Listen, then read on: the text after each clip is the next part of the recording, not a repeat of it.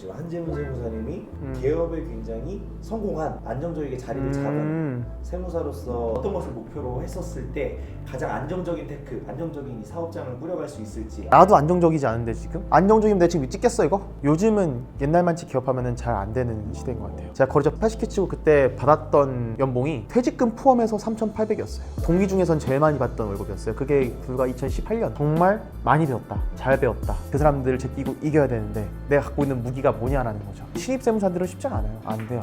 안정적인 개업은 없어요.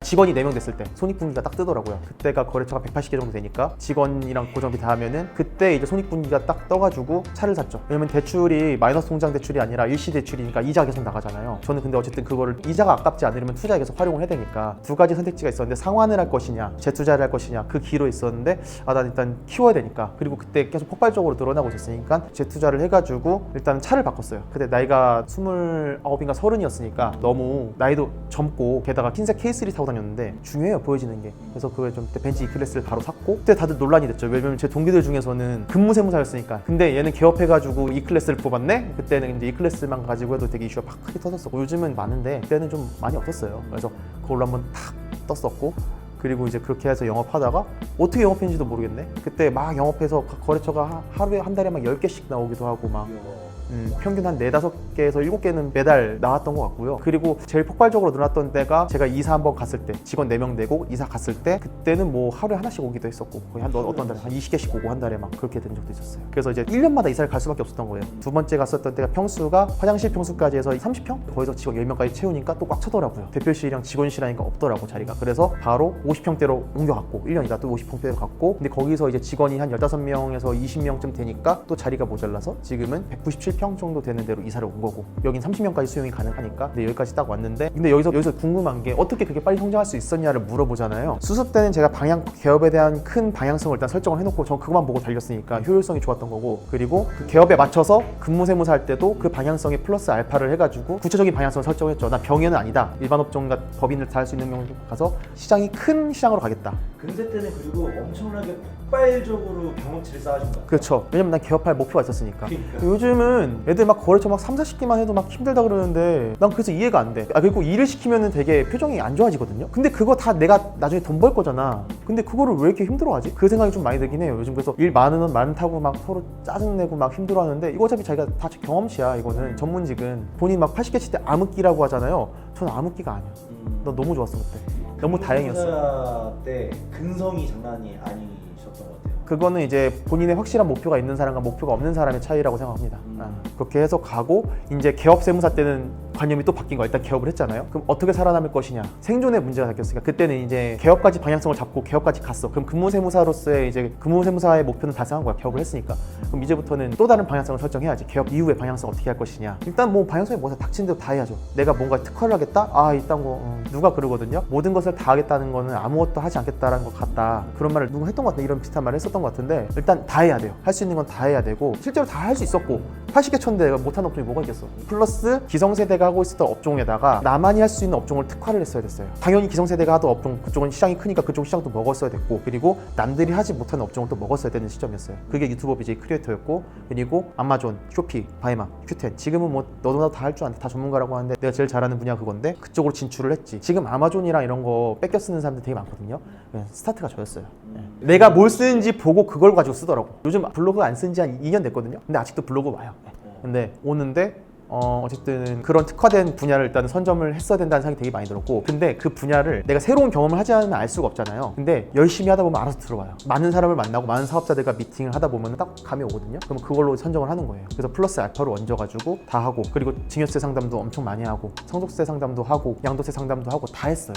그때는 경영청구 분야가 활성화되지 않은 시대였으니까 그런 거 다 했어요. 조사 빼곤 다 했어요. 그렇게 해서 진행을 하다 보니까 넓은 시장을 가져가니까 확실히 모수가 표본이 많잖아요. 그래서 빨리 가져올 수 있었던 것 같아요. 빨리 클 수 있었고 그리고 나와의 특화된 시장에서도 계속 들어오고 전 지금도 똑같아요. 기정시장은 당연히 가져가야 되는 시장인 거고 특화된 시장도 되게 계속 만들어가고 있고 남들이 안 하는 것도 되게 많고 그런 것들 제가 많이 하고 있거든요. 그래서 그 노선으로 지금까지 온 것 같아요. 특화된 시장에서는 당연히 많이 들어오고 아직도 가만히 있어도 그 시장에서 내가 제일 많이 넘버원이라기보다는 그 시장을 하는 사람이 많이 없으니까 계속 소개가 들어와요. 왜냐면 내가 다른 세무사한테 아는 지인 세무사한테 맡겼는데 이 사람이 이거에 대해 시장 잘 몰라. 자기가 가르쳐주면서 기장을 해야 되니까 주변 지인들 커뮤니티가 있을 거 아니에요. 너 누구 써? 우리 세무사님 잘하시는데 이거 잘해 이러면서 그 소개 들어오. 그렇게 해서 들어오다 보니까 아직도 별다른 영업을 하지 않아도 소개는 계속 들어와요. 그 특화된 시장에서는. 그리고 기성시장에서는 내가 어떻게 살아남을지 또 고민을 해야 되고, 기성시장에서는 다른 사람들과 차별화를 가질 뭔가가 필요하잖아요. 특수한 시장은 제가 어쨌든 이미 선점한 시장이니까 이미 그거 자체로도 제가 남들보다 핵심 가치가 있는 거고, 여기서는 내가 어떻게 하면은 더 성장할 수 있을까에 대한 생각을 하는 거죠. 어떻게 하면 남들보다 더 핵심 영향을 갖출 수 있을까, 그런 것들을 어떻게 할지 계속 끊임없이 전투를 하는 거죠. 사업 자체에 컨설팅을 해줄 수 있는 방향으로 가는 거죠. 자금 조달이 굉장히 중요하거든요. 왜냐면은 거래처가 살아남아야 저도 그 거래처한테 기장료를 받고 컨설팅 수수료를 받으면서 같이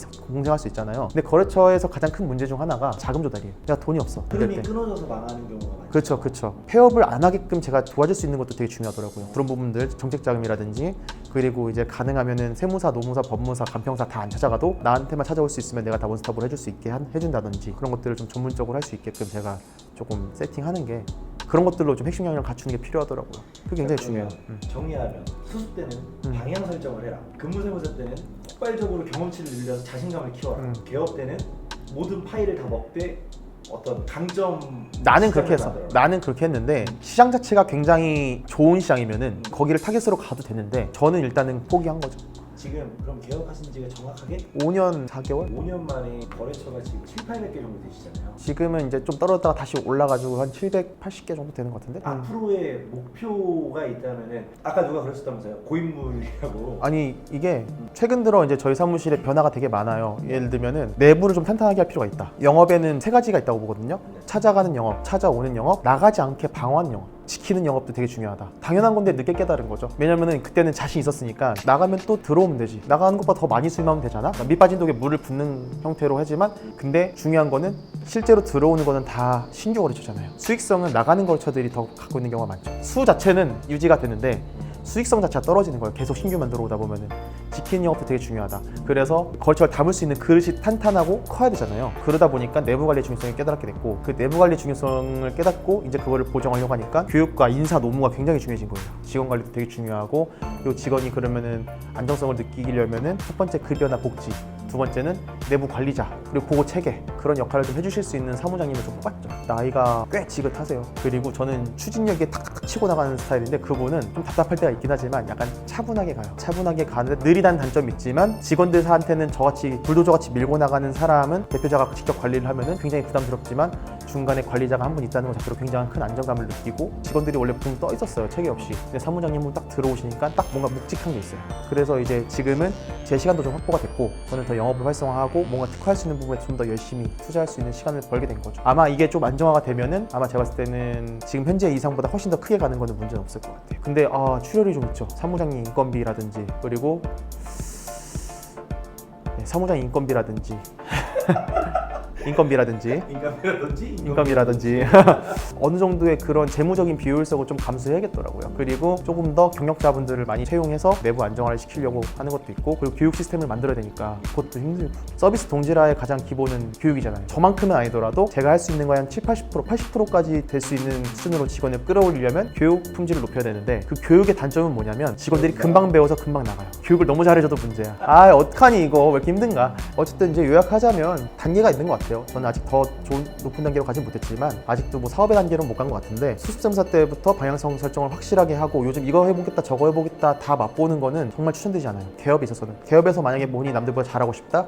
그럼 이미 수습 때부터 결정이 났습니다. 수습을 어떻게 받느냐에 따라서 이제 끝나는 거예요. 그래서 그래야 되고, 두 번째는 근세 때는 조금 더 구체적인 방향성을 잡고 경험을 많이 쌓아야 된다. 방향이 맞는 경험을 쌓아야 되고, 개업이 되고 나서부터는 내가 시장에서 어떻게 하면은 핵심 역량을 갖출 수 있을지 고민을 하고 그걸로 계속 밀고 나가야 된다. 그걸로 성장을 가속화시키고, 일정 수준 성장이 가속화됐을 때는 내가 더 늦게 알았지만 내부 관리도 굉장히 중요하다는 깨닫고 지금 내부 관리를 하고 있는데, 저처럼 폭발적으로 순간 부피를 늘렸다가 나중에 내부 관리를 하는 경우도 있지만, 성장 적당히 내부 관리 탄탄하게 적당히 시스템 갖춰가면서 적당히 하시는 분들도 꽤 있어요. 근데 저는 내부 관리를 같이 하면서 성장을 하기에는 내공이 없었죠. 근무세무사 기간이 짧았으니까 내부 관리에 대한 기준이 많이 없었죠. 나이도 젊었고 했으니까. 그리고 거래처가 많다고 해서 돈을 많이 버는 건 아니다. 어떤 거래처를 갖고 있는지 그런 것도 되게 중요하니까 너무 거래처 수나 부피에만 너무 연연할 건 아니고 자기만의 전략을 따라서 천천히 가는 것도 답이 될 수 있다. 결국 10년 뒤에 종착점은 똑같을 것이다. 이렇게 보는 게 맞는 것 같습니다. 정답은 없는 것 같아요. 내가 무조건 정답이라고 말하는 것도 되게 약간 꼰대 같잖아요. 그래서 자기 방향대로 가시는데 일단은 저는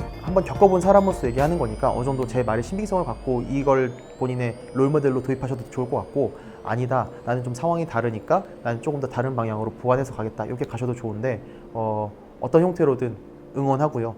절대 안정적인 개업은 없습니다. 개업이라는 것 자체가 늘 불안정, 외줄타기라는 느낌으로 가셔야 되기 때문에 각오하시고 진행하시면 좋을 것 같고, 남성분들은 가능하면은 개업을 좀 하고 결혼하시는 게 좋을 것 같고 개인적으로는. 근데 집안에 여력이 되면은 뭐 솔직히 뭐 그냥 결혼하고 개업해도 되지만 그렇게 하시면 좋을 것 같아요, 개인적으로는. 네. 제가 드릴 수 있는 말씀은 여기까지인 것 같고 이만 여기서 마치도록 하겠습니다. 지금까지 한재문 선배였습니다. 감사합니다. 파이팅. 안정적인 개업은 없어요.